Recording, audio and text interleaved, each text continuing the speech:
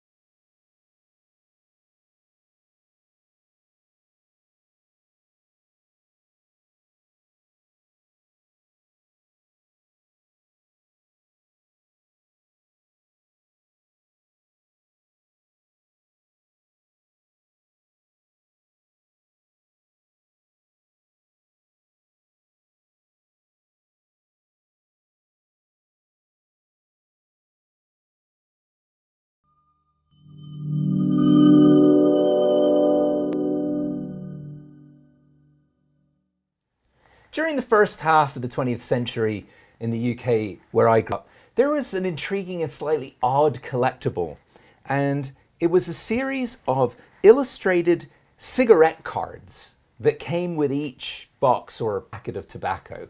And when I was a little boy, an elderly gentleman gave me his collection. And my favorite by far actually lived in 3 Mars simulations here on Earth. And so the first one, we talked about the high seas habitat. And so the high seas habitat is located on the big island of Hawaii, and it was established in 2013. And I was part of the very first crew to live in this habitat. And it was a Mars simulation. It was a 4-month Mars simulation. So yep, I lived in this Mars. And there are a lot of challenges with that. And so I just recently, Jeff, I went back to the high seas habitat in 2020 with an all-female crew.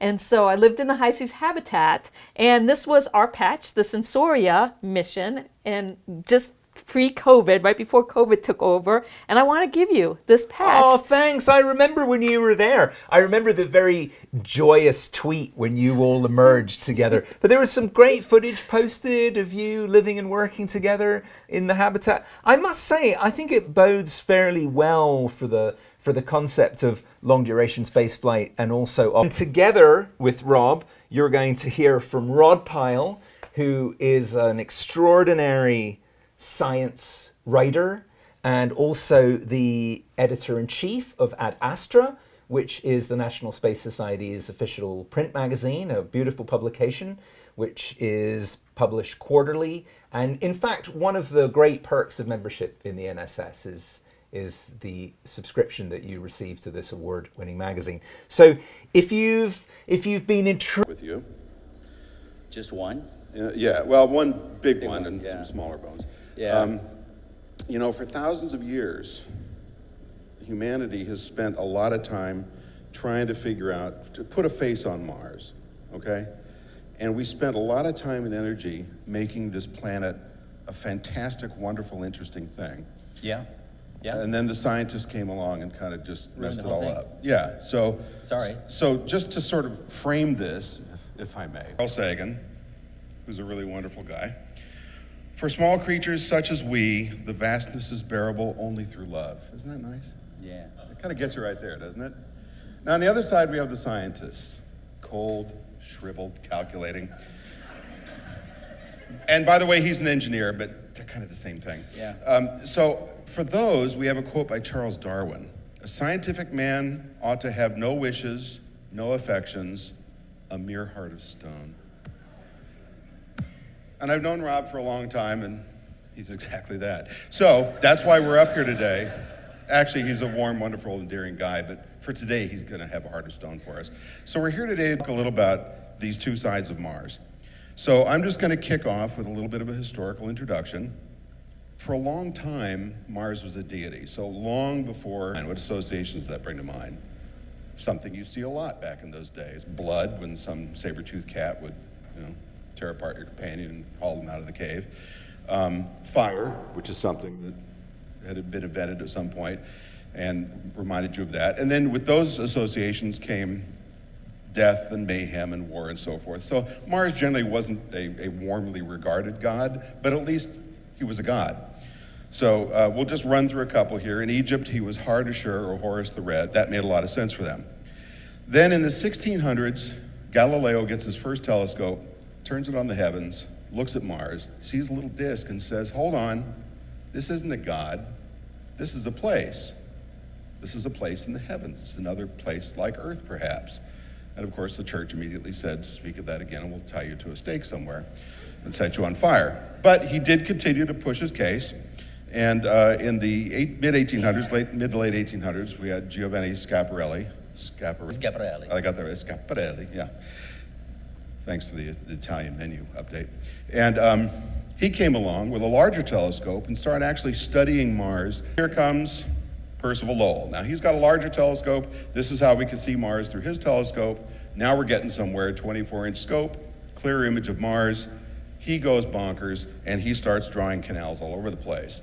Now it's interesting, if you overlay this with a map of the human retina and the capillaries within that retina, you very quickly see, we think, that because of the lousy coating on his optics, which is essentially none, and they reflected a lot of light, that these guys spent 20 or 30 years mapping the capillaries in their eyes. Fortunately, they're not here anymore, so they don't have to hear that from us. Be that as it may, I contend that they were still painting a very nice picture of a planet where we might have some distant relatives. So Lowell starts writing a series of extremely popular books about the civilization on Mars, doing a little bit of interpretive extracting. Worlds where the Martians come here and try to take us out until they catch the sniffles and die off. But all through the 20th century, we now have this evolving body of lore and fiction about Mars. So in the early 1900s, we get A Princess of Mars from Edgar Rice Burroughs. He did a whole series of Mars books.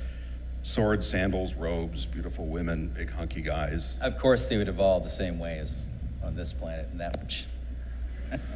Why not, I Why say? not? Because at that point, we didn't know. That's thank right. goodness, and ignorance was bliss. Ignorance is By bliss. an environment that didn't look kind to human life as we know it, there was still a chance that we would go there one day and meet this neighboring species, smarter than us, a peaceful global government that we can learn from, and this idea that there was somebody else in the cosmos like us that we could go play cribbage with, which had a technical rundown of what a Mars mission would look like. So he published that a couple years later as Das Mars Project, or the Mars Project, and basically came up with this idea.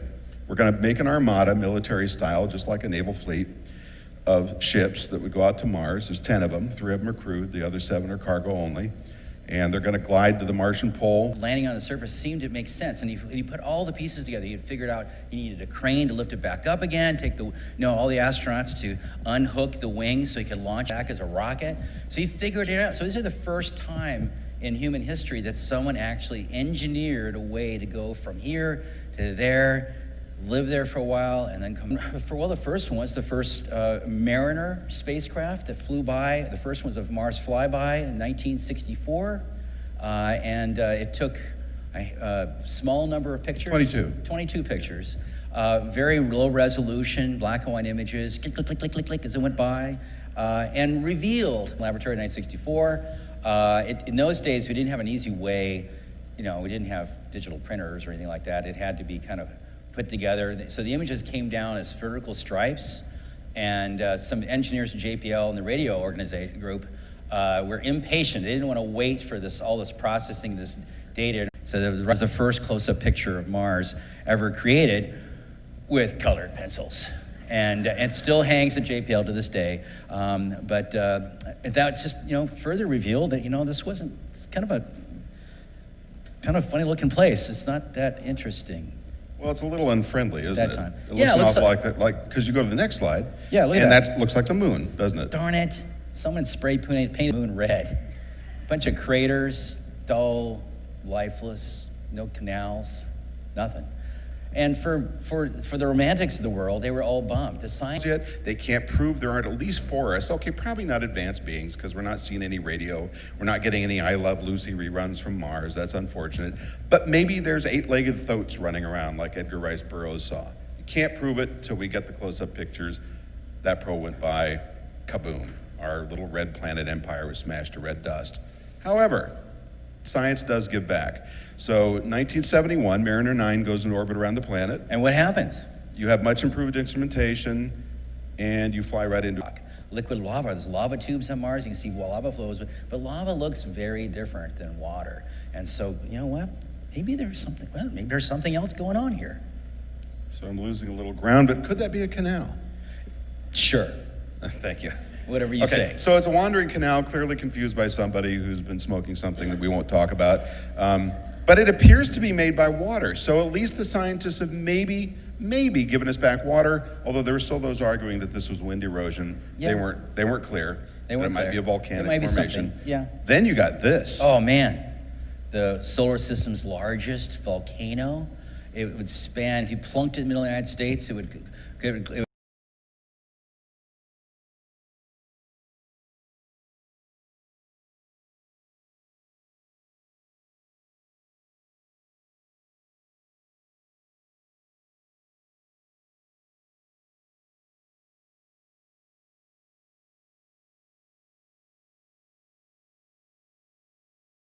planning for a long time. These are 2 orbiters and 2 landers, big, heavy, expensive, wonderful program. I snuck into Caltech to see it because they wouldn't let the public in, but I knew where the steam tunnels were. Wait, hold on. Not there. Yeah, right there. So okay, so excuse me, but they go to Mars saying, okay, we're going to have a life science package. Yeah. Lots of arguments because scientists and engineers love to argue and hate each other. But we want to have some life science experiments. They finally come up with these experiments that are basically predicated on the idea, which, as I recall, Norm Horowitz was not very happy about, he was the chief scientist. The scientist in NASA, yeah. Which was, okay, microbes on Mars will behave like they do on Earth. So if we put this one in some dirt. That Mars is sterile? Why? When we get there, you find out there is no oxygen. Why is there oxygen on this planet? Because we have plant life pumping it out every day. If those plants got turned off or were shut down, our oxygen would be gone in just a few years. It wouldn't take that long because oxygen is very reactive. So in fact, what happens is oxygen that's on Mars reacts with the rock, the iron of the rock, and turns it red. That's why it's red. So there is no oxygen, there's no ozone layer, which means, there's no magnetic field, which is like a force field. Like in Star Trek, there's a force field. Earth has her own force field. Of course I know. Yes. So yeah, you wrote for it. Yeah, you put the force field in there. No, because I'm a geek and I watched everything. Go ahead. So Earth has this force field. The force field blocks particles from the sun, from deep space, the cosmic rays that come from black holes and rotating black holes and quasars and pulsars around the. So did you know that those things stream through your body right now? And where are they coming from? They come from. Later arm could go. So for all the life science they're doing, the samples were in an area about the size of a small runner carpet in your hall. Yeah, the best coffee table. So a little extrapolation at work there, but I'll give you that. So the orbiters in the 70s take this picture of a region called Cydonia, and by golly, what does it look like? Looks like my Aunt Maud with no hair when she had her wig off. And it was kind of hard to explain away, and people got very excited, and all of us will make extrapolations because we want to see certain things. And it's pareidolia is the word I was trying to remember. The human desire to put things into familiar form, especially to form human faces, kind of a tribal trait we have. So it's why when you're at the airport looking at the sea of faces. Oh, there's got to be something real going on here. Certainly there'd be ancient civilizations. And the great thing about Mars, it's like an ancient museum. The rocks, if you see a rock, if you're on Mars, next time you go to Mars, look at this, check this out. When you go there, kick a rock over. that rock, chances are that rock has been sitting in that position, waiting for you to kick it over for millions, if not good fractions of a billion years in that position. That's how ancient it is. You try to do this on this planet. That rock that you kicked over out in a good time maybe to build a space station and a space shuttle to get to it, and that's what NASA did. And it was really expensive. But after that, Yeah. 1997, NASA came back with Mars Pathfinder, and here I will tip my hat to you because that was your mission. Yeah. And it's a very big deal. So why Yeah. don't you walk them through it? We got a little movie here. So show the dynamics of it. We didn't have much money, so we were given the budget, and so we learned how to drive a little rover on the surface of Mars. Because when you're stuck inside lander, you're looking around these pictures, and you're reaching out this far, and you go, "Geez, what's over there?" You can't really strain your neck at all. You just look, same picture today it was yesterday. And so a rover, on the hand, could go out there and explore. We could go over the hill. Now this rover explored the area about the size of this room.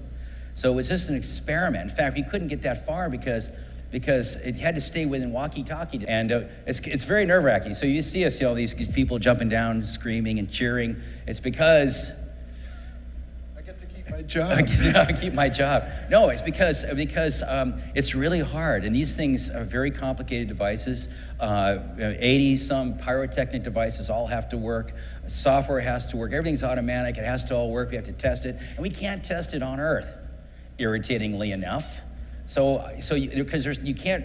Earth is so different than Mars. You just can't we'll try landing it here on Earth. That's how it does. It doesn't work. Even airbags don't bounce.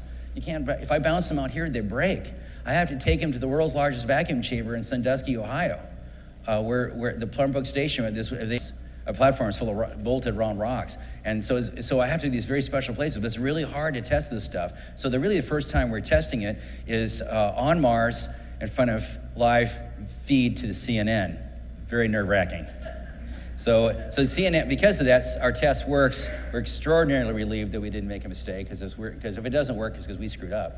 And so the CNN gets to capture us, in tears, in relief.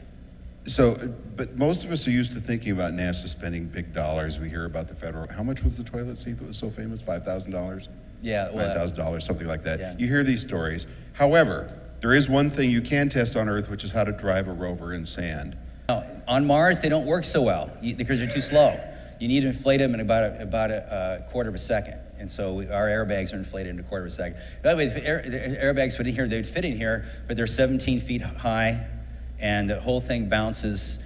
In fact, it was designed to bounce over a 9-story, 10-story building. In Mars, it only bounced about 7 stories. Not very much. And it bounced about 1 kilometer on sharp rocks, and it didn't rip. Yes. And that's rocket science. So this is what Pathfinder looked like deployed. So once it landed and bounced around for a while, the airbags deflated and retracted. Then you have the center spacecraft structure with the pedals that come down. Good. Oh, shoot. So that's how we learn, by the way. Because it's not that much that we make mistakes, and we do make mistakes. All humans make mistakes. It's just that it's bloody hard not to make a mistake. That's the problem. Well, if I could just step back a couple of decades, we're talking about the success. Yes. Also, Mars is different still world. zero. Yeah. Mars is zero. Venus, they did pretty good. And they're, in fact, they're the ones that have landers that survive this intense pressures and heat and sulfuric acid atmosphere to make it super Venus. So I give them they got to give them a nod to Venus there. Yeah, that's why Aunt Maud isn't on Venus. That's right. So we're going to milk this one forever. So then that rover was so exceptionally successful at 250 million, or 150. Less than a movie. The flight vehicle, not including the rocket, is 150 off, and it should be going through its entry, descent, landing sequence.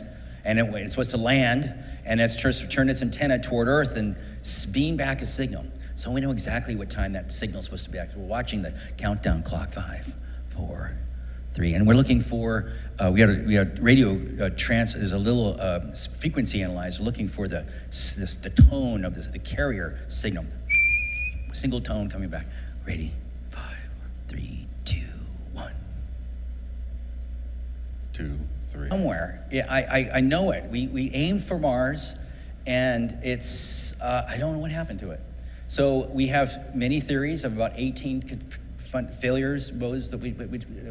Anyway, With that failure, we were stuck. It was in 1999, December 3rd, 1999. And in the subsequent months, we figured out we had to brainstorm new ways of going to Mars. And one of the things we came up with in the months after that is modifying Mars Pathfinder to put that little thing, instead put wheels on the lander, get rid of the little rover, and take the center part of the lander and have it stand up and drive away.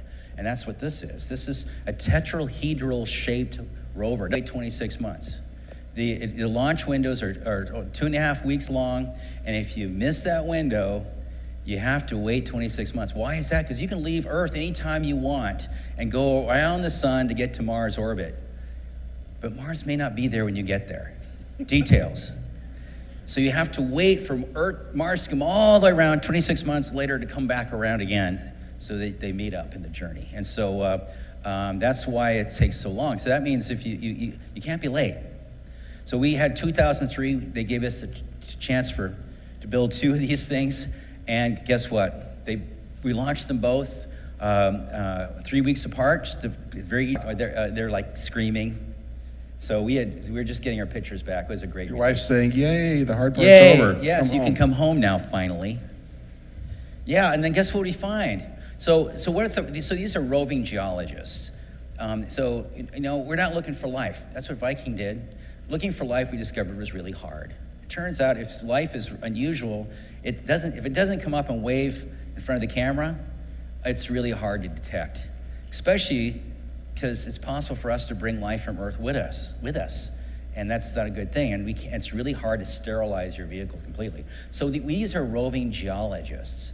And the cool thing is that we nucleate into these little balls. And so we got clear signs for this white gypsum and these balls made of hematite, a form of iron. That happens underwater. Wow, Mars was wet. Mars was wet for a long time. An awful lot like BBs to me, but Yeah, you go ahead and knock yourself out. But you did give us water, which I appreciate. So now those of us who care about a living Mars get to see this vision, which is Mars a very long time ago, possibly a distant future, which is a wet, watery Mars where life could possibly be present. However, we're not quite there yet. No. So what these smart guys at NASA did, I'll give you that, you're very smart, they designed the next mission, which was not going to look for life, but it was going to look for a habitable planet in the past. Yeah, so the question is, and we worked on it, and gradually we learned that this was actually the least unsatisfactory way to land on Mars. Yeah, so in our world, there's no best. It's just the one that's got the least cons and the most pros, right? So we landed on wheels. Major design flaws or issues we had to fix, even in the days and hours leading up to landing on our missions. It's bloody skin of our teeth, and I have to admit, there's a lot of stress trying to land something that's $2.4 billion on another planet, your money, that I don't want to break. And so, but we did, and we've got over the years. It's now been on Mars for. How many years since, that's Curiosity? 6 years. 6 years. Opportunity has just finished its 5,000th day on Mars. That's 14 years, right? Yeah, 14. Yeah. So check this out. So how long is a Mars day? You guys know about? You know what Mars is like to be there? It's a very cold place. I'm in minutes every day. I tell you, I slept right through it. The trouble is you wake up in the middle of the afternoon, then in the late afternoon, then at night, and pretty soon your family's getting angry with you, never coming home. So the best is to take your whole family to Mars with you. That will work best. And so if you are going to Mars, you at least get some good sleep.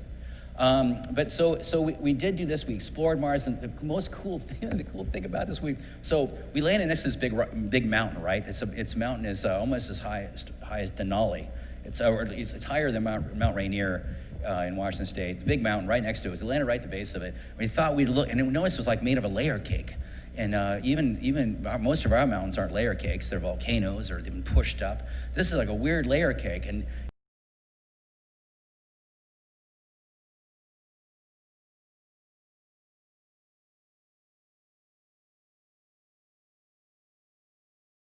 my gosh, those are river pebbles, and they roll downhill. There's a river that's 3.5 billion years old. Try to find a 3.5 billion year old river in this. There.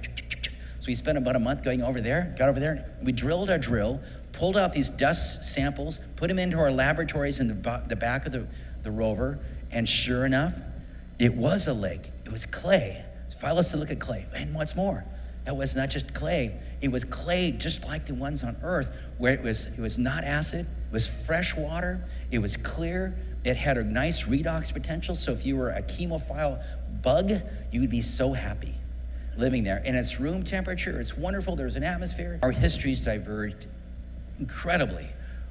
Because there's no magnetic field on Mars, the atmosphere got blown away from the sun, and voila, Earth turned out to be the place to be after all. This was the winning planet. So now that we're becoming friends a little bit more, especially because he has some control over my job up there, they are coming up with a mission, which I like, which is Mars 2020, which is a rover that looks very much like Curiosity, but with more advanced instrumentation. Finally, and this mission right here is going to be going in and taking core samples, not only analyzing them there on the rover, but packaging them up for a future Mars mission, maybe something you guys are going to design, or pick up even as astronauts, and collect. They'll be well documented, and we bring them back to Earth. We launch them on a rocket from Mars, put them in orbit in a little ball. The ball gets captured by an orbiting spacecraft, gobbles it up, flies it back to Earth, and drops it off.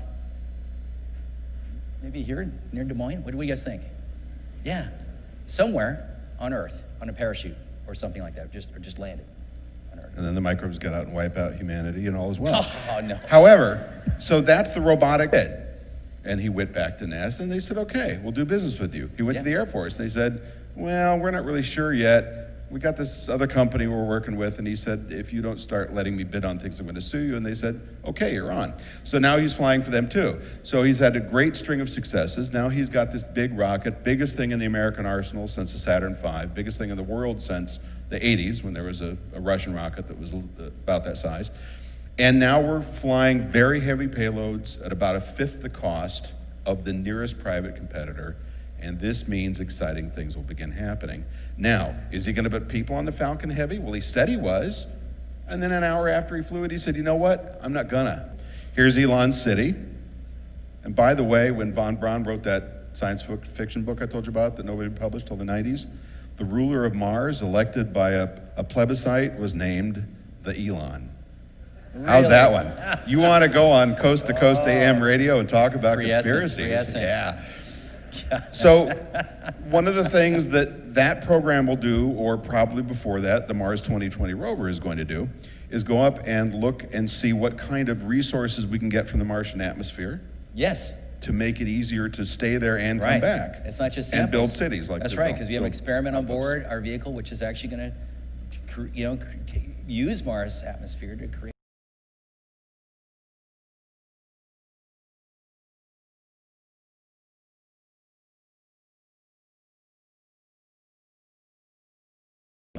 To take the CO2, break it apart, and use the oxygen. Then you also need big pickaxes and shovels and caterpillars to tear apart the ice that's there. We found out live. It's just a lot of work.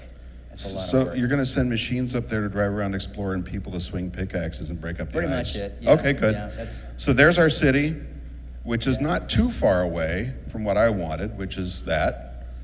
Yeah. Of course, we got our pyramids. You got to have your pyramids. So it looks apparently to me... those canals would freeze and boil. Hello, my name is Charlie Netschelm. I am currently a build engineer at SpaceX's Starlink, as well as chair of SEDS USA, which stands for Students for the Exploration and the Development of Space, a nationwide organization at colleges, universities, as well as high schools. Space exploration is important to me because probably three primary reasons. The first being, I think, the most obvious, the technology it brings and the betterment of society. Stars, how do they work? Can we go there? And I think it's a very unifying industry, and that is why space exploration is important to me.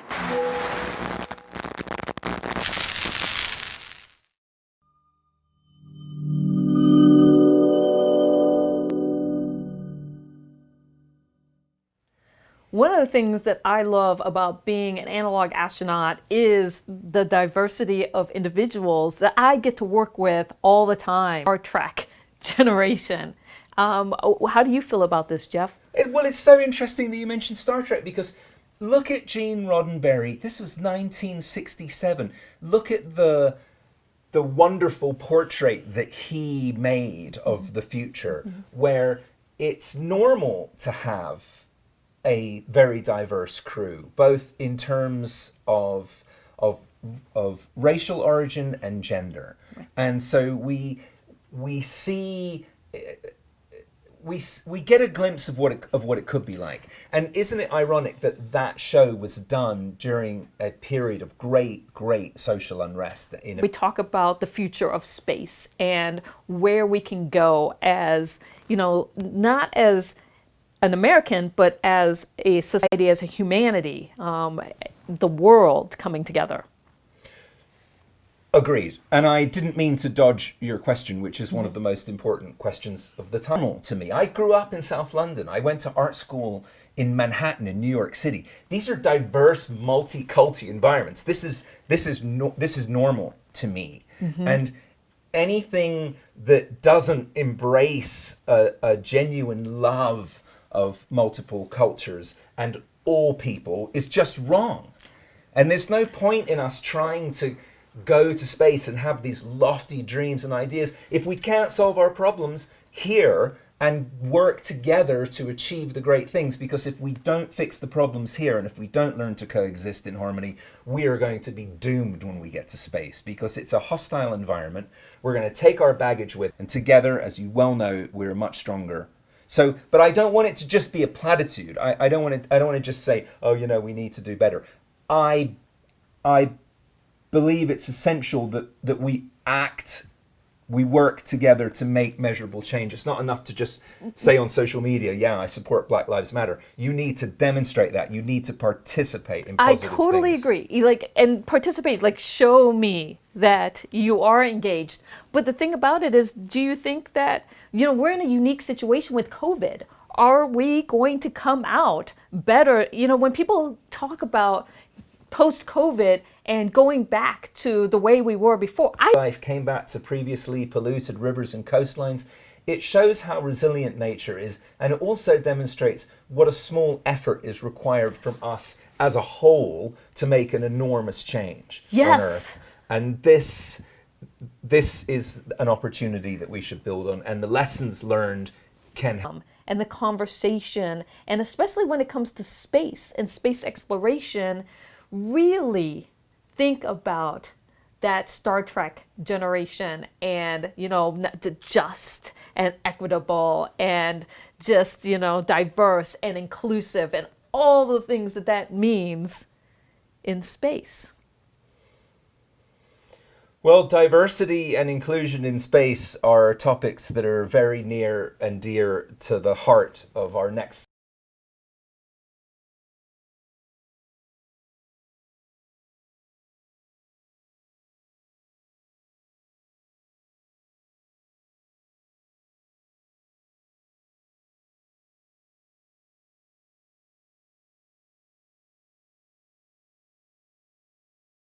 How did you become chairman? Well, that was not a question I expected to hear.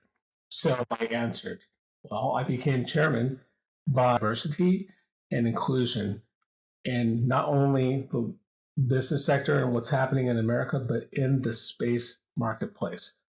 That conversation, when you reflect back on it, why was it strange? Well, number one, it seemed that it was atypical for someone of color to be in that senior of a position. Shouldn't be, but at least to that individual it was. At least that was what came across to me.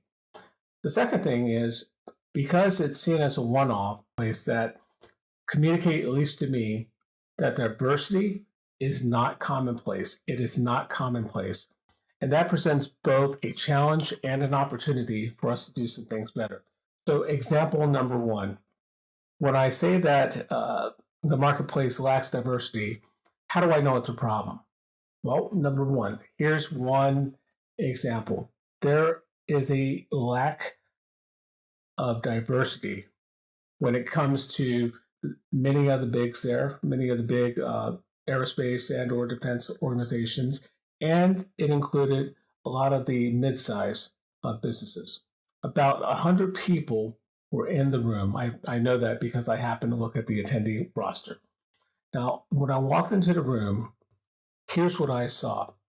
There were approximately 5 women. Now, it wasn't approximate, there were exactly 5 women who were representatives of the companies in the room, seated. And then there was one person who looked like me, and that was me. So out of a demographic of 100 people, you can just do the math. Now, is that atypical? Is that a one-off? I would submit to you that I go to a lot of conferences, so that's not the first time I've seen that. And sad to say, for a little while, the conference that I talked about, looking at the people that were in the room who had a seat at the table who could be of significant strategic influence. What are the barriers that prevented others from getting there? I'll give you something that actually happened to me. And again, it's not it was done maliciously or implicitly, but it was part of just the way things work. As I was looking to join the Air Force as a young person, and officers qualifying test. Now, in this particular test, there are problem sets that look at spatial orientation, and these tests are looking to gauge how well you can become. What are your skills to become a pilot? For me, growing up in inner city, I wasn't exposed in my educational process to a lot of those things. And because I didn't have that background, that test was extremely hard for me the first couple of times I took it, until my father decided that he really wanted me to go into the Air Force, wanted to support me. And so he got me involved out of his pocket. He had to dig deep on that one. He got me into pilot training, and this is non-Air Force related pilot training, civilian pilot training. And once I got that significant experience disadvantages, and these disadvantages that they have flow from generation and to generation, and they cross many different lanes. How people make decisions, how they manage their finances, how they groom themselves for a certain time. If we choose not to, we're going to ignore the problem. Those are just 3 things off the top of my head that tell me we have a challenge with diversity in the space marketplace. Now, I'm the kind of person who doesn't just like to throw out problems, to throw out ideas and solutions. So let me ask and answer the question, what are some things that we can do about this problem? Number 1, and I strongly believe this, we have to view and embrace diversity as an enabler. In particular to the space conversation, we have to view it as an enabler to take it to the next level. Now you start to infuse into that set diversity of thought, diversity of background, diversity of experience. And all of a sudden, the magic starts to happen, people. The magic starts to happen because now you're looking at creative ideas and innovative ideas that normally you wouldn't have thought of until you had that infusion. When we look at diversity in terms of the space market, it can help us think differently and more creatively about some of the problems we're going to face when we get out there, and then do the right things to solve those problems so we can thrive and operate in the space environment, which is extremely hostile. I like to do this, but I'm going to do it today just because this is an important conversation and it's worth saying. I want you to take out a quick piece of paper. You got it? Good. And I want you to right now think of and write down the top 5 aerospace companies that you know very quickly. I'll help you. Number 1, Lockheed, minority owned. African American owned, let alone minority owned. I couldn't tell you the product forms that they had. I can tell you what some of the other bigs have, but I couldn't tell you that. And that shocked me. What does that tell me?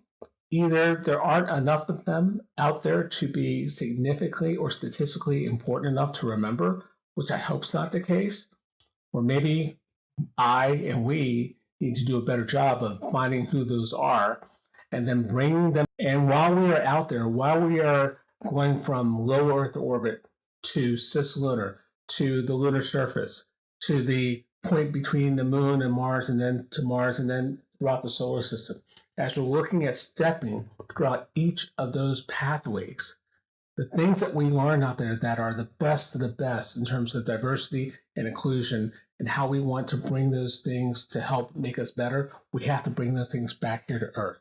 We have to teach what we learned there.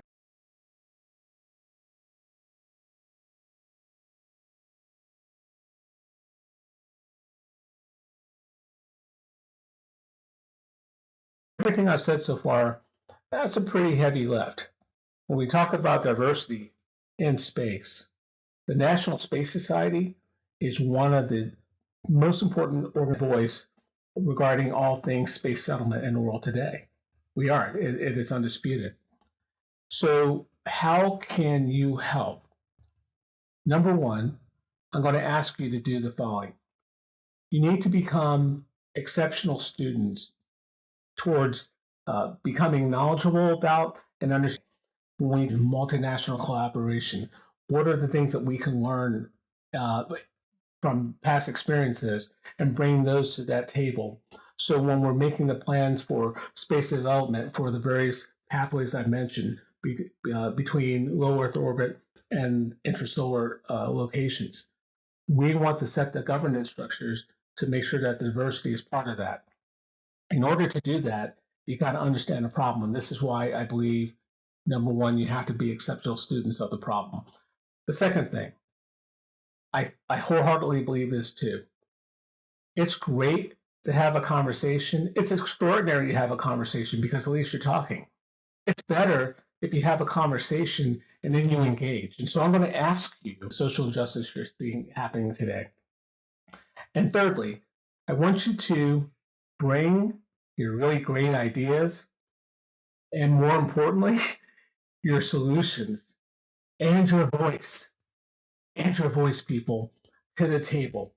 Help us as a team make things better across the board, especially once again when it comes to space development and expanding human settlements throughout the solar system, because that's our core business. That's what we're looking to do. We're commented, 5 Babylon stations, 1 through 3 were destroyed in some type of situation.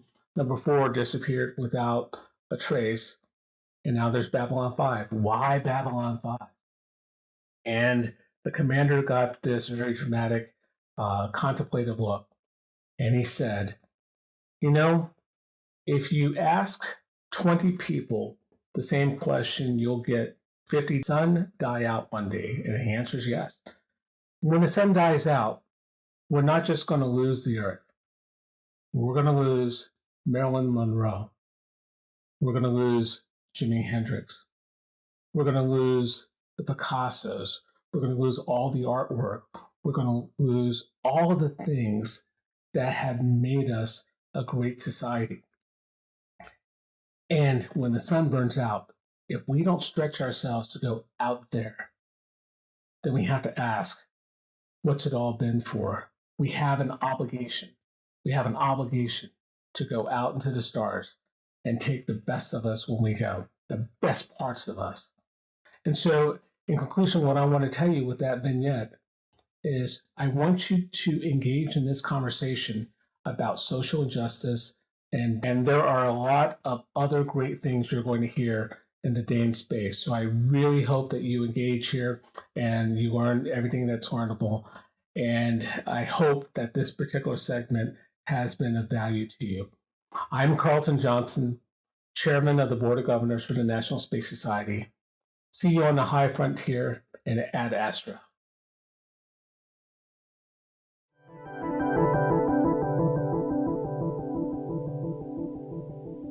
Lunar base. I think humans should have a permanent and sustainable presence in space, and the moon is a great way to start achieving that. Keeping humans alive in the harsh environment of space is difficult, especially when all the resources we need have to be launched from down here on Earth.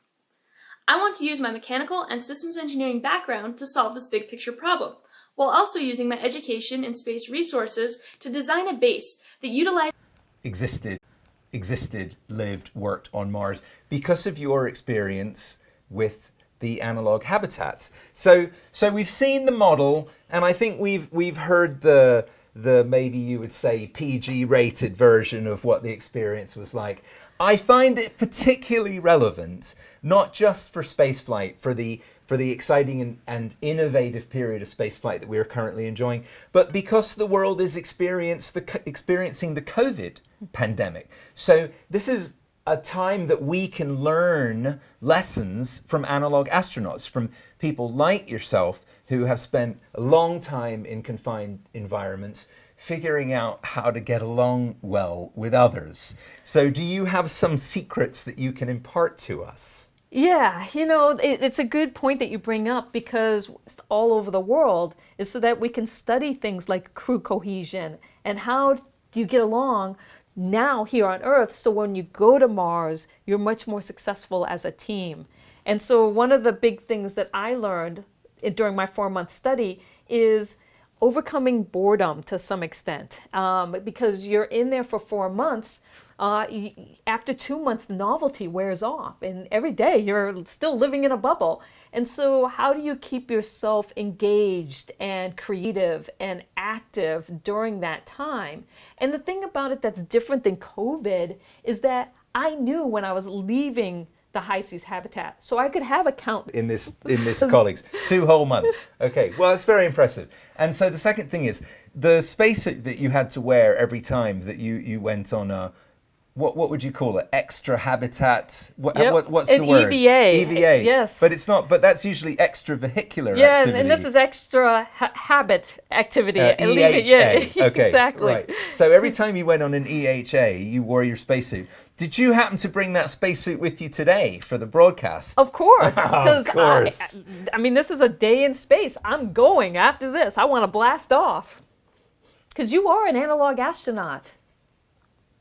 I've been doing this broadcast with you to help me get through this time. It's been very illuminating. So what do you think? Do you feel that I would be a good candidate to recommend for one of these things? I was just going to ask you that. Would you? Well, would I want to live? I'd probably be one of those guys who's just pacing round and round and round, tapping on the side. When's it going to be over? And you're going, Jeff, it's only the first day. And he's already cracking up. Voted out of the hab. Thanks. But the thing is, these are important questions, because we're going to the moon, we're going to Mars, and it brings up another thing, moon or Mars. Which one would you be able to go to and why? And so these are grand challenges, and figuring out how to do it not only. This demonstration. I assure you, it is a delight and worth watching. So over to you, Tony.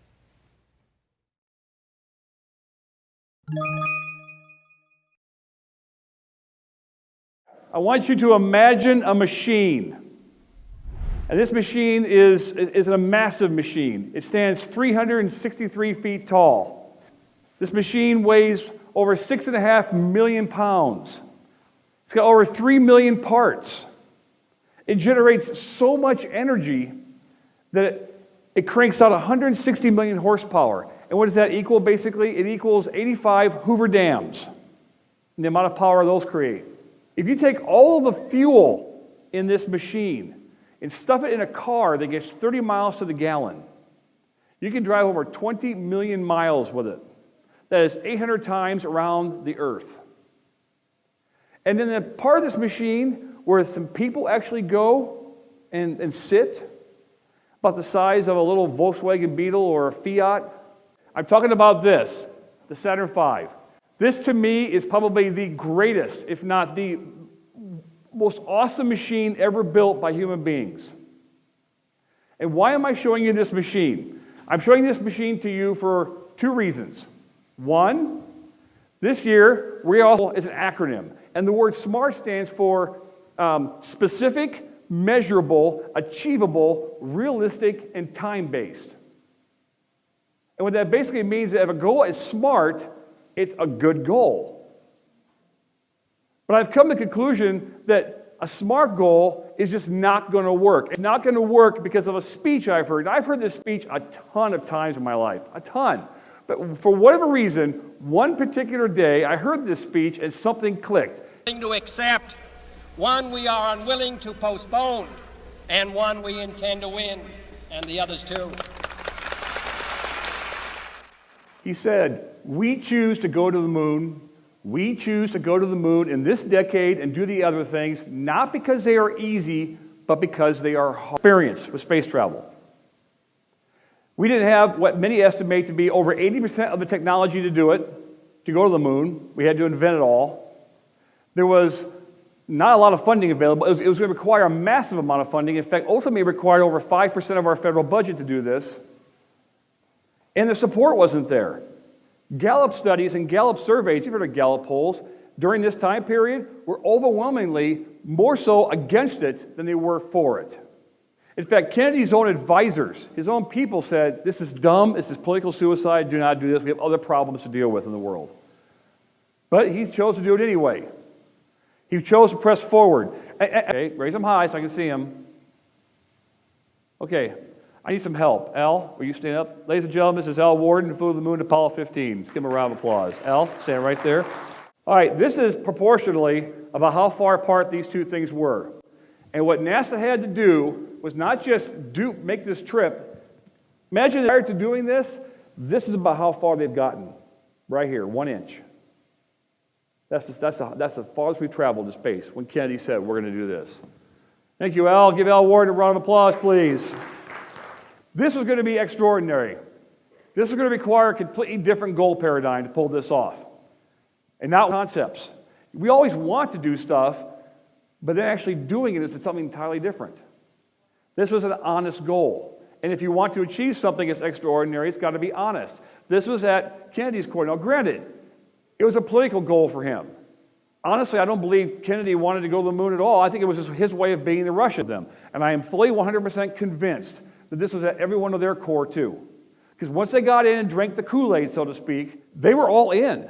And they were willing to do whatever it took to make this happen. Under any circumstance. That is an honest goal.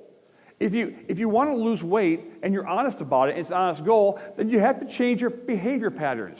You have to eat less. You have to eat better. You have to exercise. You can't keep doing what you've been doing and expect to do it. You have to change everything, your whole process and procedure. If you want to get out of debt, you can't keep spending money the way you've been spending it. You must change your entire behavior patterns. This is going to require all new behavior. Parts of it were already started, but this particular part started. They didn't wait for the technology to catch up, because they have to invent it all, so we'll wait a while longer for it to catch up. They didn't wait. They didn't wait for the funding to become available. They forced the issue and got the funding to make it available. They didn't wait for public sentiment to change. This is the thing, it's not going to work any longer. You know, I want to kind of build on this a little bit. So I want you to understand how radical this was. At the time we did this, if you look at the time we did this, at the peak of this program, there were over 400,000 people involved in this program. If you look at the 1969 employment census numbers in this country, 1 in every 150 people in this country were in some way part of this, of the workforce. That is how massive this was, how incredibly over the top it was. They had to conduct an incredible amount of imagineering and creativity to make it happen, because they had to invent everything. They had no idea how to do this. Nobody did. But let me tell you how the impact this had on our country. And this is the part that people do not understand about. That's because of the thousands of products and the other industries that were created as a result of it.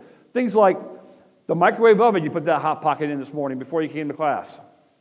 Okay, that technology came out of Apollo. The water purification system in your bottled water came out of Apollo, reverse osmosis.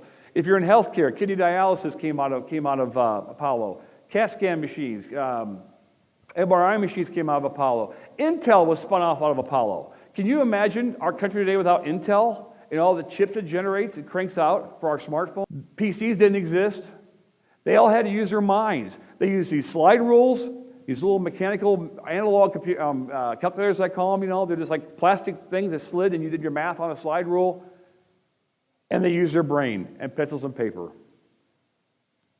It's amazing. And the computers they did have were massive. Computers that filled rooms this size that had like no real power. Your smartphone is hundreds of thousands of times more powerful than that computer that you had. They did. Honestly, to me, when it comes to this, it doesn't matter. Whether we actually got there or not is irrelevant to me, because the process of doing this, The process of trying to achieve a hard goal is how we got all the stuff we have today. This is the detail part. This is the part where you've got to have it be specific, it's got to be measurable, and it's got to be time-based. Because details matter. Most of you probably know that we lost a crew of astronauts at Apollo 1. And so when people say don't bother me with the details, they do matter. And I will tell you this too. When Kennedy set this goal at 8.5 years, because he said by the end of the decade it's 8.5 years, I am convinced to this day, had he said something a little more palatable to people, we'll do this by the end of the century, 38.5 years, we would have never achieved it. Because too many things would have changed. And because of that, public sentiment would have gotten worse probably over time. Politicians would have less appetite for it. And there was just one big convoluted thing that basically came together at the right time. Generation. I can remember, I have only a few memories of my childhood. I will never forget this. The day we landed on the moon in July 1969, I was a young kid, very young. But I do remember sitting there in my grandma's house, in front of a black and white big console television, watching it. And I remember after watching that happen, I can remember shortly thereafter going outside and looking up at the moon and thinking to myself, there are people up there. And it changed my life. And if you talk to my parents, they will tell you all kinds of bad stories about how I did things probably I shouldn't have because I was really wanting to be an astronaut. And I then went to school, and I did things that I did because I wanted to go down this road. I did not achieve that, no. But I got a great education as a result of it. It opened up all kinds of doors for me, back at history, and see what lessons you can learn from that history. Let me ask you a question. And I'm going to ask you this question. I want you to think about this as you go through the rest of your lives. I ask this question to yourself over and over again as you get older. When was the last time anything great, outstanding, game-changing, awesome happened in your life when you played it safe?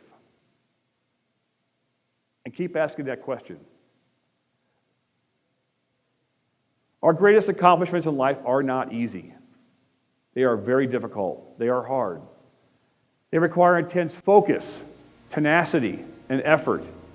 And honestly, any kind of goal that requires that kind of transformational thinking, the kind of thinking that allows you to break bad habits or change your bad behaviors or those behaviors that are entrenched into your life, isn't smart, it's hard.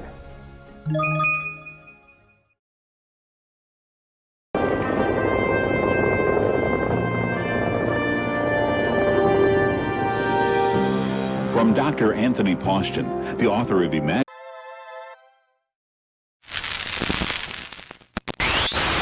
Hello, my name is Nora Patton, and I'm a faculty member at the International Space University and a citizen scientist astronaut candidate with Project Awesome.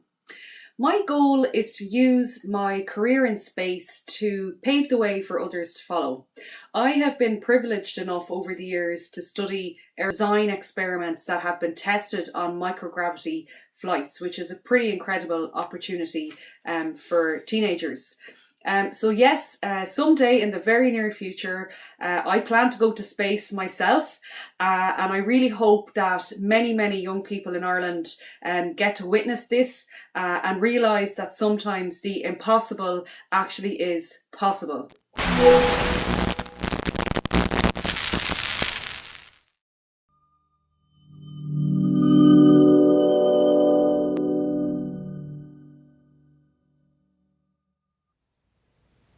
Thanks, Tony. When I think of really a very rewarding part of my career to be associated with the EC, as we like to call it. And in fact, I hope or think I was one of the first people to congratulate Shauna when she was approved for not just a member, but a fellow, actually. And so I've been a fan of hers and her work for many. Enough's enough. So I sent her an official invitation for tea. Would you have time for tea with the president of the National Space Society? And she said, I'd be delighted. I love that. So we met for tea at the Space Development Conference, like two adults, and she is gracious and fascinating.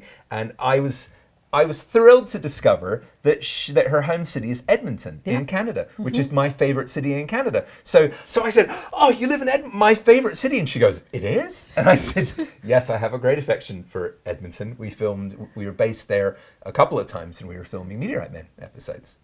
Well, I don't know if you know this, but I love everything about Canada because I am an ice hockey player. I didn't know that about you. Yes. Ice hockey as well in your Yes. spare time. This would be brilliant for ice hockey. You put a little ice ring in there. What do you think? Ice hockey? I think it would absolutely. Yeah? I think we need to have ice. So analog astronauts do this, but they also want to get themselves flight ready. And so that is all about pressure chambers and being aquanauts and skydiving and all of these things.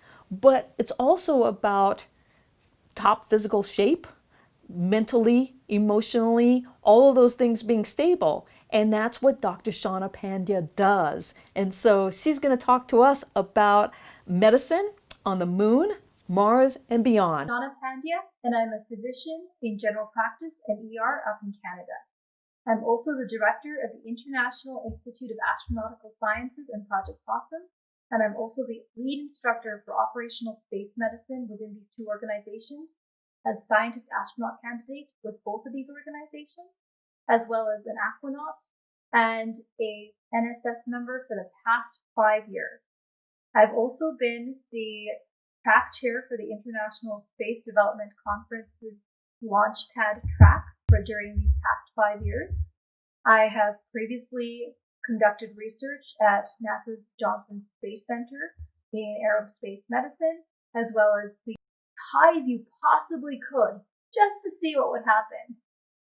Well, if the lack of oxygen in the thinning atmosphere didn't kill you first and you made it all the way to space without a helmet, contrary to what you see in Hollywood movies, your head won't explode in a vacuum, but you would die pretty quickly. Nor would you freeze to death right away. The one saving grace of being exposed to the vacuum of space is that there's no convection to steal away all your bodily heat right away. That being said, the vacuum creates a great pressure differential between your body and the vacuum of space, where there is no pressure at all. So suffice to say, the fluids from your body, including Earth and low Earth orbit, you're exposed to up to 16 sunrises and sunsets over 24 hours. That's a sunrise and sunset every 90 minutes. Not to mention the psychological stress of being in an isolated and confined environment away from loved ones, living in a high-stress, operational, confined space with loud noises. So it may not be the most easy to live in environment. On top of that, you have to trust that the environment itself will behave. You have to trust that the sun won't act up with the solar and how we see, but balance is actually a finely tuned coordination between our eyes, which tell us what we're seeing, our inner ears, which control our balance, as well as our proprioceptors. Every 7 billion of us humans here on Earth have had the luxury of growing up in 1G. So it's easy to take our inner ears for granted. When we get to zero gravity, these systems are thrown completely off, and that can make us really nauseous, really sick, and for up to 72 hours upon being in a microgravity environment, we can get violently ill. This almost always passes, and this is why there's no resistive force, and so our muscles and our bones, without having this resistance, tend to atrophy if you're a muscle or lose bone density if you're a bone, particularly in weight-bearing areas like our spine, our pelvis, and our thigh bones. The other thing that's easy to take for granted is where our fluids go. On Earth, gravity pulls everything down to our feet. That's not the case on the International. Exactly what the mechanism is, but decades of spaceflight have taught us that astronauts, particularly men, are experiencing changes in vision, headaches, flattening of their eyeballs, as well as increased pressure on their optic nerves. That's the nerve that connects the backs of your eyes to your brain. So suffice to say, there's a lot going on when it comes to being in space, particularly being in microgravity. And are more prone to UTIs or urinary tract infections. And when they get back to Earth, are also more prone to orthostatic hypotension, which is a fancy way of saying fainting. So after all that time in space, the valves in your veins in your feet kind of got this physiological message that they can take a vacation and then don't do their job when it comes to being back on Earth, and don't let the blood in your veins flow in one way. And so that makes us more prone to fainting because we don't have a way to easily continue letting that blood circulate back centrally. Let's talk a little bit about radiation now. So when we're on the surface of the Earth, we're exposed to a certain amount of background radiation. We're still relatively protected by the atmosphere. The body reacts in space, in microgravity, in a high-stress, high-radiation environment. With the famous NASA twin study, whereupon they studied now retired astronauts Mark Kelly and Scott Kelly, as Commander Kelly spent 1 year on space while his twin brother spent 1 year on Earth. And what we found is that everything from our DNA and the length of the telomeres, which are thought to be related to aging, were changed versus while from being in space. We would still have the luxury of evacuating to Kazakhstan in as little as 3.5 hours. It may not be a comfortable ride if we have something like a broken bone and still have to experience re-entry and a hard impact on landing in a Soyuz, for example, but at least you're not far from home. So, how do we go about keeping humans healthy in space? And what are the principles that guide us? Well, to the moon or to Mars and beyond, these are the principles that guide how we keep humans healthy in space and space medicine in general. When we talk about risk, and you're going to see a theme here, we deconstruct risk into severity as well as likelihood. So when we talk about risk, we don't say, this looks risky. We talk about how likely is something to happen versus how bad is it if it does. So say something's fairly unlikely, but really severe if it happens. Having a baby in space, really unlikely. We don't need to mitigate that. What about something that's very likely, but not really severe? Say a paper cut or an abrasion. We should plan to treat it so it doesn't get infected, but again, it's why we have pre-breathing countermeasures right before we go on a spacewalk to prevent exactly that sort of thing from happening. So risk identification and mitigation is key. Prevention is another cornerstone of keeping humans healthy in space. This starts at astronaut selection, both in terms of physiology as well as psychology. When we're selecting astronauts, we have select in as well as select out criteria. So some examples might be astronauts have to perform daily while they're on the International Space Station with aerobic exercise, resistive activity, and powered weights, as well as things like nutrition, monitoring, continuous studying, and looking at more measures that we can identify for future, as we discussed about in this twin study a couple of minutes ago. So the list goes on and on, but the bottom line is that if you can stop something from happening before you ever have to treat it in space, well then it's exactly as they say, an ounce of cure is worth a pound of prevention.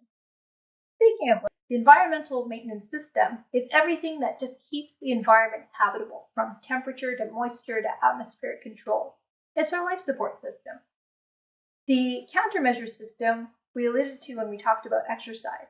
So to keep our bones and our muscles as happy as possible without having the luxury of 1G, we have to exercise. So we have to perform 2 hours of aerobic activity, resistive exercise every single day. Of course, health issues, medical operates in terms of probabilities as well as the likelihood of a particular medical incident happening. So for example, when we try to pack for space, we look at what is most likely to happen and what will be most threatening to the crew if it's not mitigated. So that's where NASA, for example, has created its exploration medical capabilities top 100 list of medical conditions that should be prepared to be addressed on any human spaceflight expedition. This can include any of the scary stuff from contents and quantities to help effectively deal with those medical pathologies and situations, and in so doing, hopefully decrease the loss of life or the risk of loss of life and the risk of loss of crew.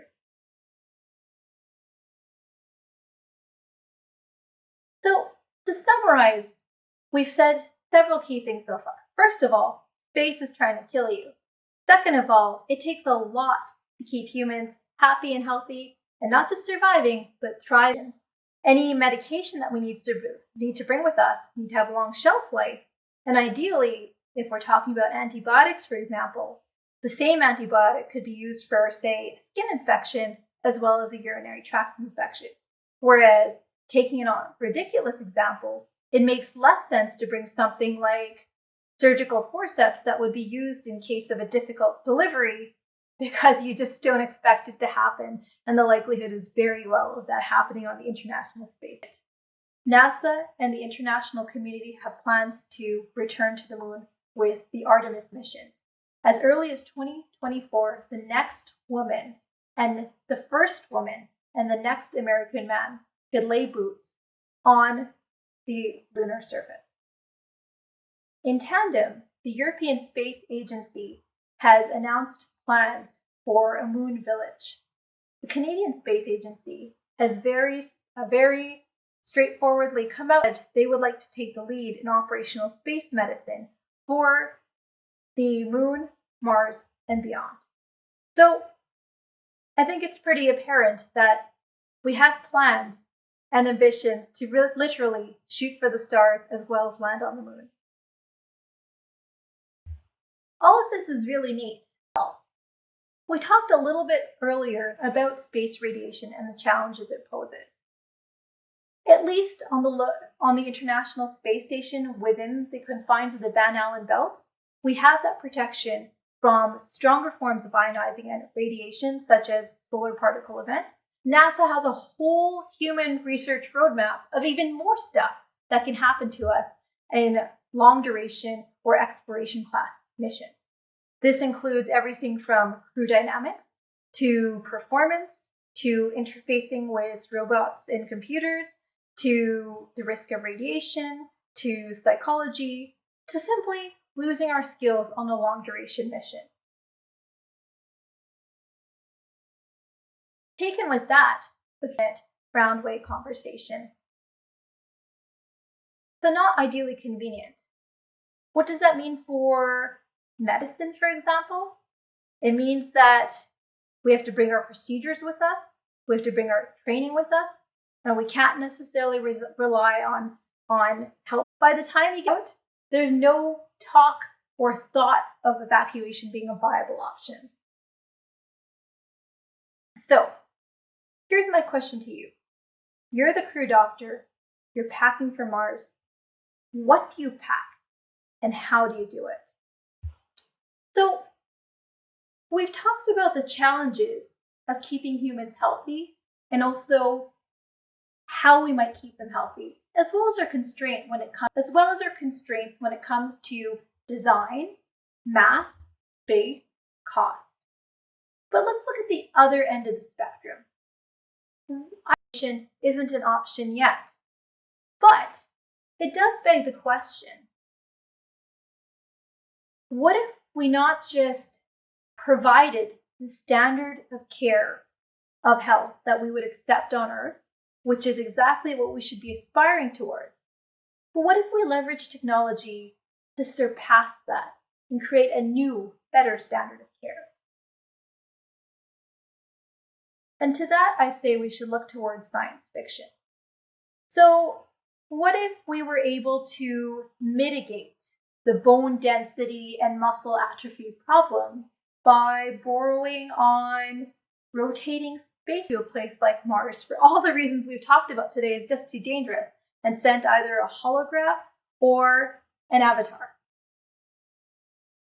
Well, these ideas aren't so far-fetched. One of my favorite papers of all time comes from the MIT Review in 2017, where the authors talk about exactly that, borrowing ideas from science fiction to help keep astronauts healthy, called Engineering the Perfect Astronaut. And they talk about research that's being done today, hostile environment that's likely to kill them. Is it perhaps more unethical to not genetically augment them or enhance them and send them unprepared into that environment? Just some food for thought. The point I want to make is there are a lot of challenges as we go towards these increasingly distant locales. We need to keep up our skills, we need to practice, and virtual reality is becoming an increasingly emerging technology that we can leverage for keeping up those skills. It essentially is like an emerging version of the Matrix. And in fact, one of my day jobs with Luxonic Technologies is to develop immersive medical care for deep space missions. AI, or artificial intelligence and deep learning, are other examples of technologies that can help us with decision making, with pattern. So many challenges out there when we talk about the future of space medicine. And I want to just end with some of my thoughts of the challenges that remain to be solved once we've solved every single one of those tick boxes on the NASA Human Research Roadmap. So one question that we have yet to solve is, what exactly is the gravity prescription? This was phrased as such by one of the former chief medical officers of Johnson Space Center, Dr. Jim Logan, and he basically made the point that what we experience on the moon is more than enough for Mars. If it's not, well, then we still have several surprises to solve and figure out by the time we get to Mars. The nature of work that we plan to do as we go to these distant locales will also change. On the ISS, in constant weightlessness, our spacewalks consist of repairs of telescopes, repairs of the Canadarm, repairs of the International Space Station in microgravity. As we look forward to the Moon and Mars, we will be establishing permanent surface operations. Habitats. Is there a habitat with enough with the material or thickness of material that can prevent ionizing radiation from harming us? Is our only solution to live below ground in the thickened regolith? That's a solution that we're going to have to solve or figure out pretty quickly once we get to the Moon and Mars. Here's something I spend a lot of my time thinking about, is what is the logical progression in which we are living on the Moon permanently and operating there permanently, and same with Mars. So here's how I envision that going about. Similar to the ISS, starting with a crew medical officer with first aid training, basic medical kits, and then building in a capability for advanced life support as well as medical capabilities for EVAs, building in basic surgical capabilities as well as a field hospital, and then advancing to advanced surgical. And as we come full circle, I have to ask this question. Infectious disease, as we know in 2020, is no joke, and neither are pandemics. So it's only a matter of time that we're going before we encounter the first moondemic. Will we be prepared when that happens? And if so, what will social distancing guidelines look like for coronavirus on the Moon? In 1/6 gravity, will particles of COVID fly further, and will we have to distance ourselves to 36 feet? The time to start thinking about these issues is now. And while we're thinking about far-fetched, far-off ideas, if the idea is to truly become a permanent, multi-world faring species, well,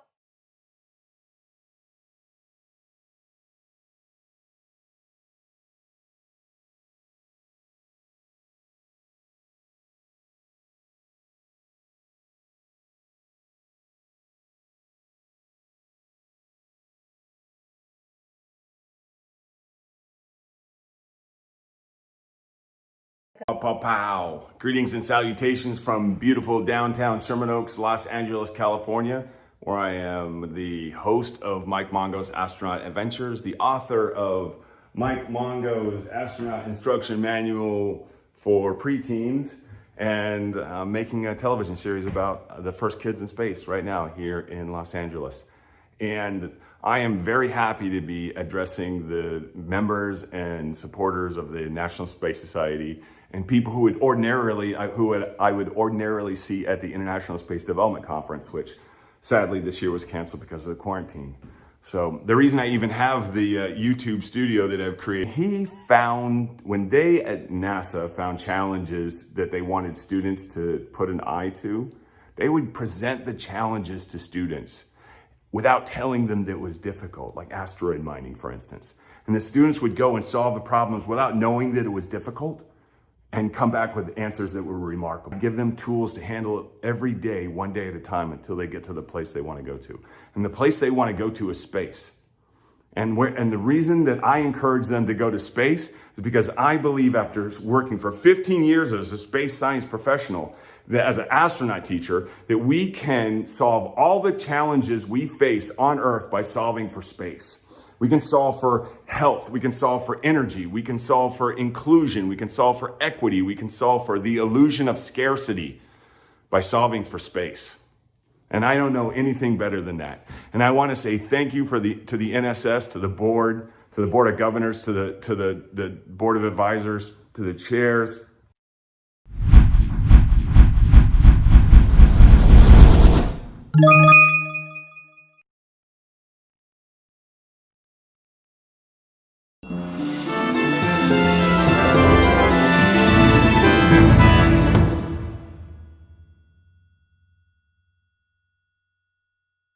Emerge. Of course, I'm going to talk about analog astronauts. Most of you, I would guess that all of you never even heard that term 10 years ago. Why? Because it didn't exist. But yet now there are analogs all over the world, and people are paying money to go and become flight ready. I mean, with commercial space opening up, and the whole idea of, if you're a small nation like Poland, for example, and you want to get people excited about space, well, send me. I want to be flight ready, and I'm willing to pay to become flight ready so that when the opportunity happens, I'm there. Well, I got to ask you about this here, Jeff, because you dropped this paperweight. Oh my goodness. Where did this mysterious thing arrive from? It was almost as if it fell out of the sky. It did. Cyan, in my opinion, what you're looking at there is in large part the future of the business side of long-term space exploration and development. It somewhere in the asteroid belt between Mars and Jupiter. It, like most things in the solar system, is billions of years old. It is believed to have landed on Earth between 4,500 and 5,000 years ago. But how do we take this and what we can learn from it and turn it into a viable business? And, you know, when we're talking about space. Robots. Robots. I love that. Right. I knew you were going to like that. Okay, so here's a theoretical model. We study meteorites. We begin to understand the makeup of asteroids in the solar system, of which there are millions.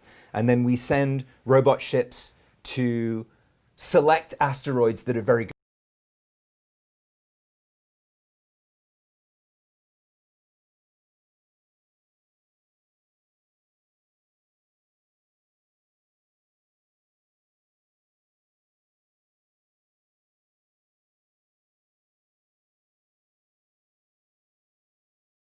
Materials that we need from life from these asteroids that are just sitting out there in the cold waiting to help us. They're free resources once we figure out how to get there and how to extract them. And here to talk to us about new business opportunities in the world of spaceflight is SpaceX board member, venture capitalist, and spaceflight entrepreneur Steve Jurvetson.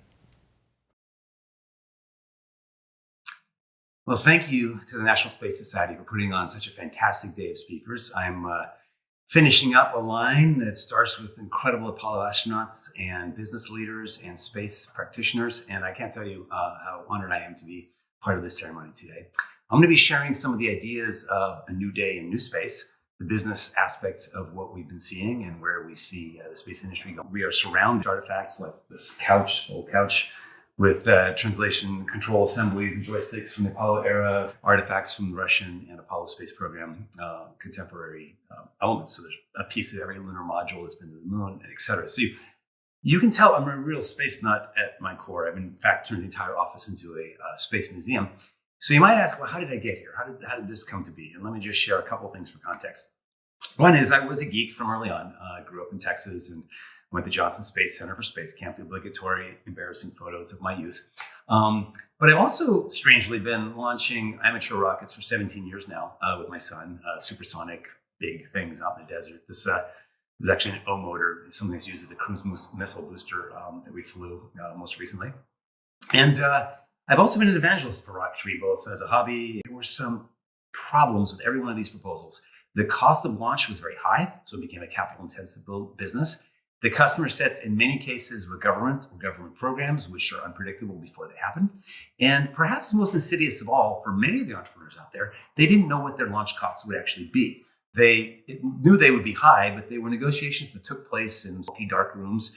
And frankly, there was a lot of opacity. Unless you were an industry insider, you really didn't know what launch costs. So it's very hard to put together a business proposal. Now, everything changed because the first three were failures on the path to success.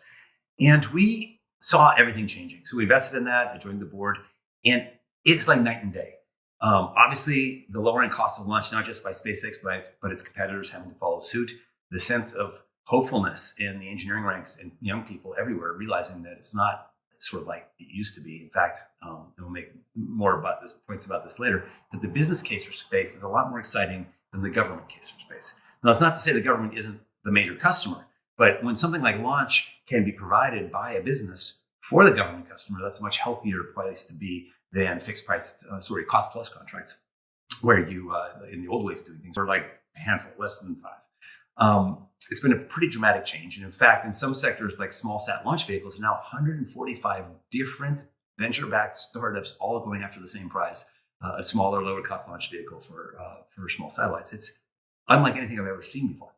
So now you might ask yourself, what changed? What allowed and who are left a little bit flat-footed when a new entrant does come with new system engineering, new software stack, and a radically new approach to the problem that really is what disruptive innovation is all about. And that's what we invest in. That's what we look for in our startups that we invest in. So SpaceX, I think, is iconic of this. I'll just mention it's nearly identical in the case of Tesla.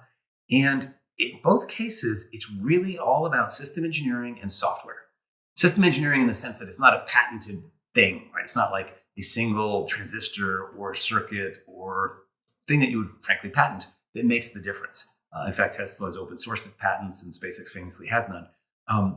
Moore's Law, Intel, everything you've heard from them really only describes the most current epoch of something that's actually going on for longer than people knew to measure it and is fundamentally, philosophically very profound. How is it that humanity's capacity to compute has compounded over 120 years and will likely continue to do so for the next 10 or 20, even if Intel's not leading the charge, right? The last 10 years on this graph, by the way, are led by NVIDIA and the GPUs that are used in deep learning and machine learning, and now customers and such that are increasingly gathering the new compute cycles in the data center and in devices at the edge. So let's pause for a moment. Realize the human species versus earlier animals. So let's keep that in mind and realize it's likely to continue. And when it does, things that were formerly a trial and error science become a simulation science. Things that required a wind tunnel, right? Like airplanes before the Boeing 777, or wet lab chemistry to test if something works. You can actually simulate more and more and more in a computer and rapidly advance the pace of progress. That's the underlying driver of these industry transitions. You take a formerly industrial, crappy Mars orbit is mind-boggling to me. And of course, that's real. And how is it that SpaceX has managed to pull these things off, often working for the first time? First Falcon 9 launch, success. The first Falcon Heavy launch, total success. I would argue the first booster return is success. We'll get back to that. It had to do with precision, but the idea that you could flip it around, fly it back, and have it come to a controlled stop, in the first case over the open ocean, was shown the very first time. How do you possibly make that happen when in prior efforts it took scores of failures to have a success? Of basically a CFD tool, a custom wavelet tool that SpaceX developed from scratch. So sometimes when you want to do good simulation work, you don't even find that off-the-shelf tools can do the job that you need with the precision that you need for, in this case, combustion dynamics. And if you think back to, let's say, the F1 engine in the Saturn V days, you had this problem of pogoing or combustion instability that required all kinds of physical experiments and ultimately a feedback loop to try to quench the problem, but all kinds of different injector plate design. The ability that this is going to be workable if you can actually get the booster back in one piece that far and have it hovering over the ocean. The rest is becoming one precision of the avionics feedback loops and getting a precise landing on the autonomous drone ship. And then eventually, as you see here, with the Falcon Heavy, which I was there for that first launch, is unbelievable. It makes the world seem like a simulation when those two side boosters came back in synchrony. As many space fans know, that's probably one of my favorite images of all from the space program. Let me switch to where that came from.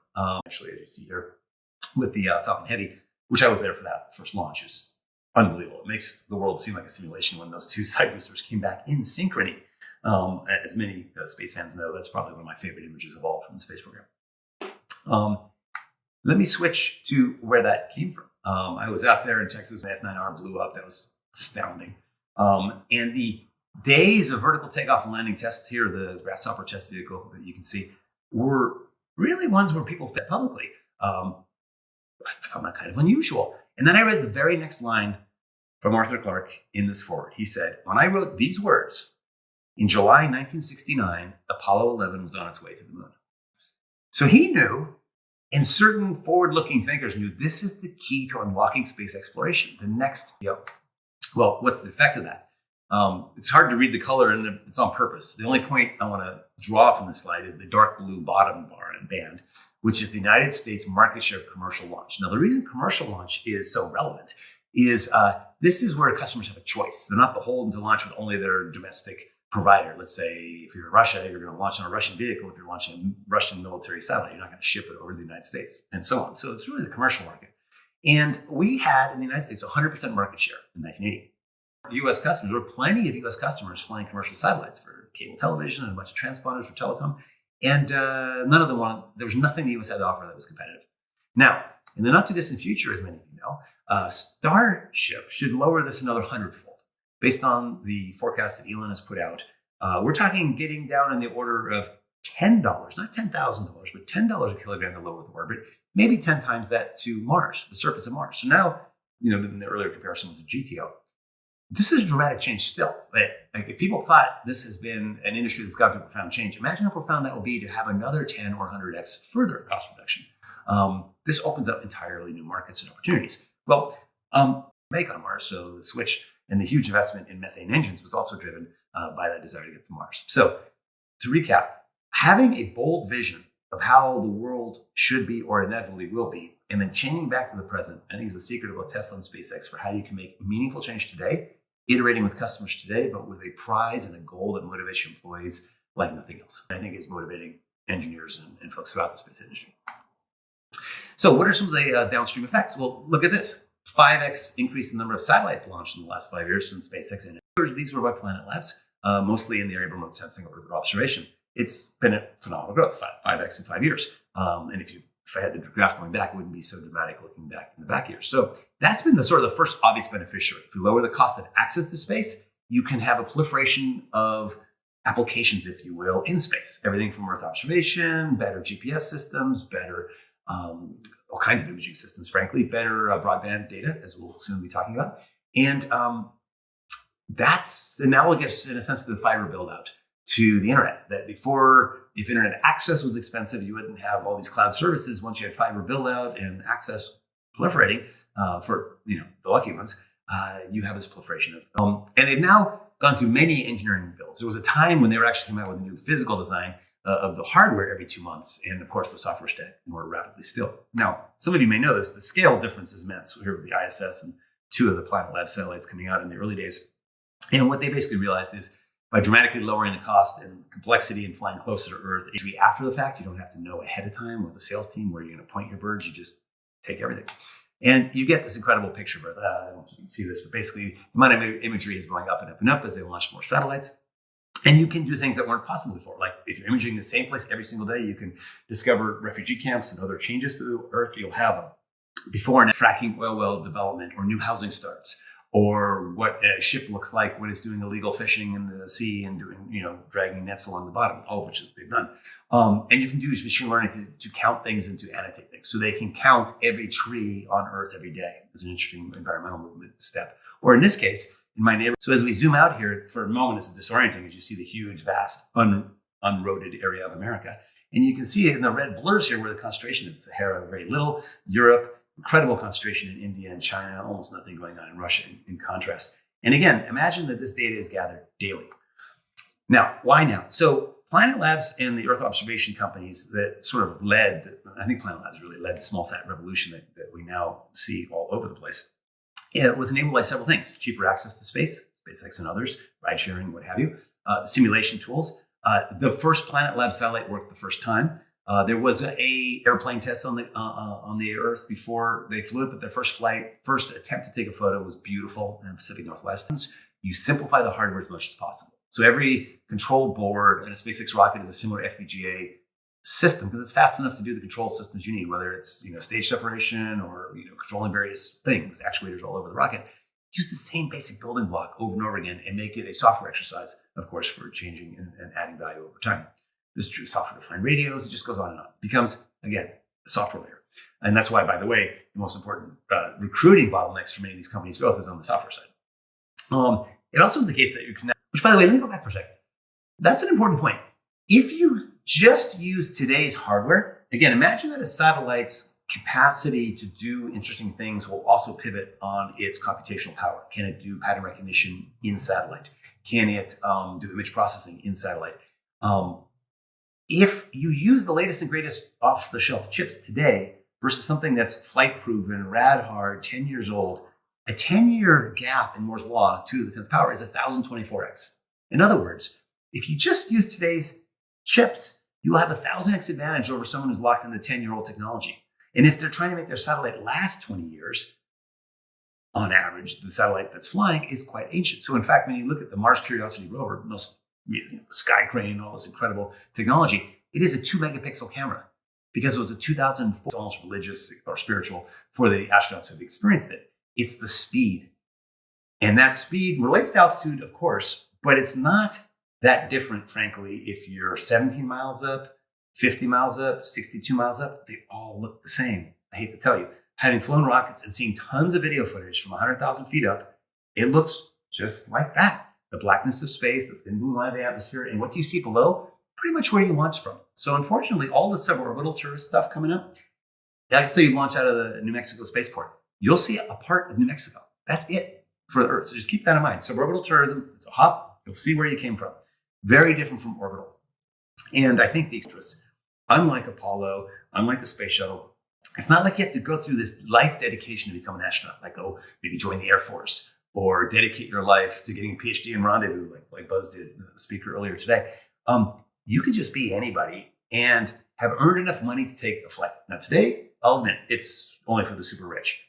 Give it 10 years, 20 years max, it'll be like flying an airplane. This is what Elon's end goal is. When it's just fuel and you've reused the entire Starship, the cost to go in orbit around the Earth should be the same as a commercial airline ticket around the Earth. I don't think that has sunk in when people think about tourism. And when will that arrive? And will that be here in 5 years, 10 years, or 20 years? I'm personally thinking it's going to be between 5 and 10, like they can't today. So anyone who doesn't have access is missing out on the global economy. And I don't know if there's any historical precedent of 4 billion people or that percentage of the population moving from being not part of the global discussion and contribution of ideas and economic potential to becoming one. And that has me excited. This may be the biggest boom to the global economy in indirect ways we can't fully appreciate that the world has ever seen. And of course, it's one of the larger business opportunities the world's ever seen as well. When Google was first brainstorming the idea, I recently tweeted, because I tested the ground station, I can't show you what that looks like quite yet, but the main dream and opportunity here is to make it really simple. You just plug it in and have it generally looking at the sky. And there you go.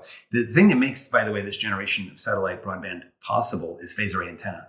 operating in the cave. In the past, when you had a satellite phone, there was a delay because you went to a geosynchronous satellite, something Arthur Clarke predicted, a certain orbit where you're hovering over the fixed place on Earth continuously. You never move.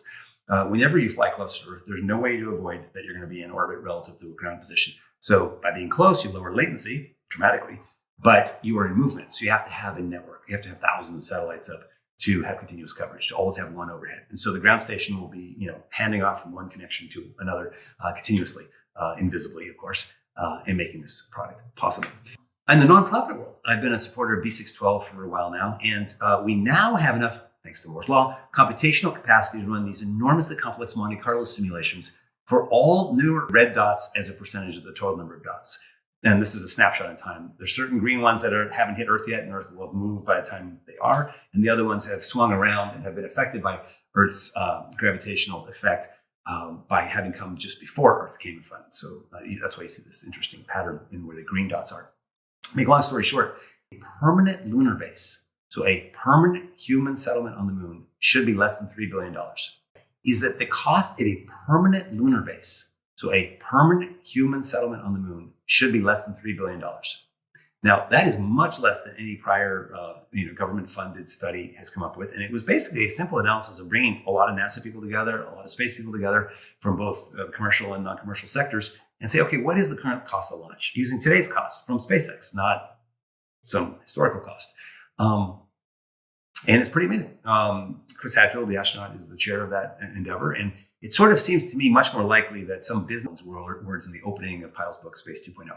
The first era of space exploration culminated with the return of Apollo 17's crew in 1972. We have not transported humans beyond Earth orbit since that time. This is simply not good enough. The promise of Apollo was of one of evergrading expeditions to other worlds and in-depth explorations of them by human beings. Now, maybe that goes without saying, but not everyone in the space community would necessarily agree with us. Some believe that, especially for deep space exploration, it should all be robotic probes. Good wishes for that future. And I even got Gene Cernan, who at times has been a little curmudgeonly on this topic. Neil Armstrong, unfortunately, had passed, but of course I have Buzz Aldrin giving the big bold-faced congratulations and so on. I remember Al Bean was especially effusive, as was Charlie Duke and everyone else that you see here. Another interesting quote. This one from Stephen Hawking, right? America's flying astronauts again into space, thanks to commercial space. And of course, the NASA collaboration. One last quote, which I love. Actually, two last quotes. One from Arthur C. Clarke, that same book, that same forward in 2007. Fortunately, we need not rely solely on governments for expanding humanity's presence beyond the Earth. In that sense, space travel is returning to where it started, with maverick pioneers dreaming of journeys to orbit and beyond. Now, this is kind of interesting because if you look back at Goddard, Wernher von Braun, pioneers in the industry, they were motivated by science fiction. It may be the only area of science that had as its predicates the arts, right?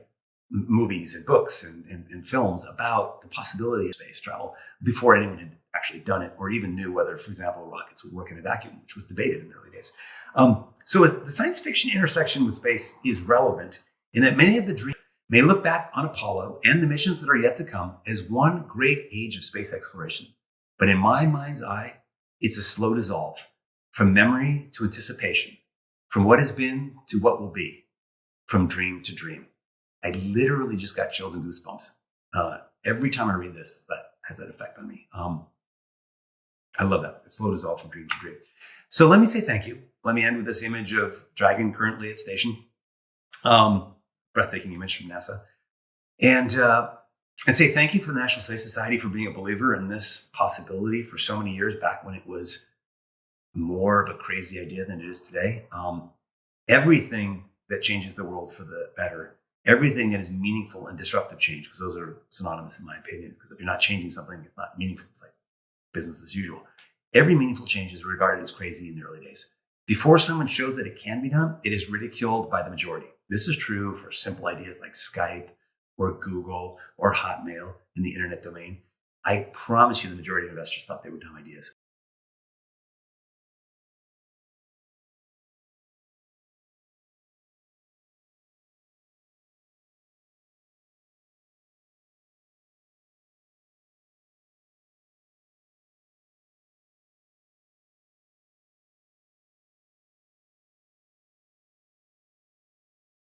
NSS is life changing. Take the helmets off. What did you say? It's not clean audio.